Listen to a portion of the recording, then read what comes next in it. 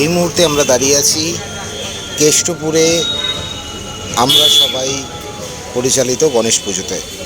আপনারা দেখতে পাচ্ছেন যে রাজমিস্ত্রির যে কাজ হয় সেই কাজের নানা রকম উপকরণ সামগ্রী দিয়ে তারা কিন্তু এবছর তাদের গণেশ চতুর্থী যে গণেশ পুজো সেই গণেশ পুজোর পুজো মণ্ডপ সজ্জায় সজ্জিত করেছেন।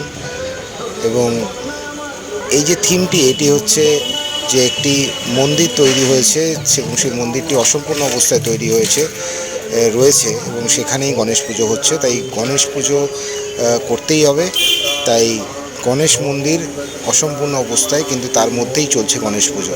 এটাই এবছরের থিম।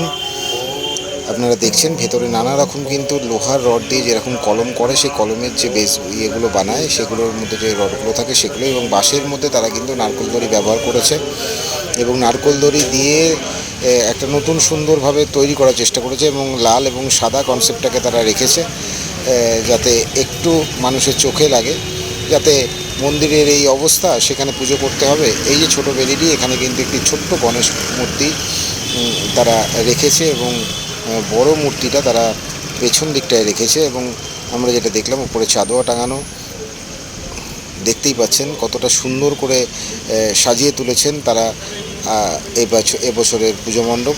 আমরা সবাই কেষ্টপুর ভিআইপি কেষ্টপুর থেকে একটু নেমে এলেই বাঁ দিকে পড়বে আমরা সবাই পুজোটা, এবং সেখানেই আমি গেছিলাম এবং সেখান থেকেই একটা সুন্দর দৃশ্য আপনাদের সামনে তুলে দিলাম। এই হচ্ছে এবছরে এদের গণেশ মূর্তি, একদম শ্বেত বস্ত্রে আর কি, শ্বেত পুরো সাদা এই মূর্তিটি তারা এবছর করেছেন। তার কারণ তারা এই কনসেপ্টেই রাখতে চেয়েছেন যে মন্দির যেহেতু এই অবস্থা, সেহেতু রংচঙে ঠাকুর সম্পূর্ণ নয়, ঠাকুরও সম্পূর্ণ হয়নি, অসম্পূর্ণ অবস্থাতেই রয়েছে। এটি পুরনো গণেশ মূর্তি এবং এইটি এবছরের নতুন গণেশ মূর্তি। এইরকম একটা কনসেপ্টের মধ্যে তারা পুজোটাকে করবার চেষ্টা করেছেন। আমার তো খুবই ভালো লেগেছে, আশা করবো আপনাদেরও খুব ভালো লাগবে।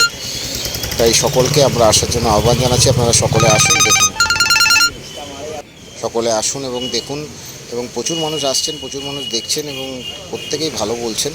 তা আশা করব যে রাজারহাটের মধ্যে এরকম একটা পুজো আমরা কিন্তু দেখতে পেলাম এবং খুবই ভালো লাগলো। আমাদের কনসেপ্টটা খুবই ভালো লাগলো যে একদম কম খরচায় কিন্তু এই কনসেপ্ট, এবং এত সুন্দরভাবে ফুটিয়ে তোলার চেষ্টা হচ্ছে, নানা রকম আলোকসজ্জা দিয়েও ফুটিয়ে তুলেছেন। সেটাই এবছর আপনাদের সামনে তুলে ধরলাম। আশা করব আপনাদের প্রত্যেকের ভালো লাগবে এবং বছরের প্রথম পুজো আপনাদের ভালো কাটুক। এই যে হচ্ছে ওদের ব্যানার, শ্রী শ্রী সিদ্ধিদাতা গণেশ পুজো। আমরা সবাই এরাই এবার পুজোটা করছে। আবারও সেই গাছটাকে দেখা দিয়ে একটা গাছের মতন তারা করার চেষ্টা করেছে, যেটা এরকমভাবে সজ্জিত। সকলে ভালো থাকবেন, সুস্থ থাকবেন।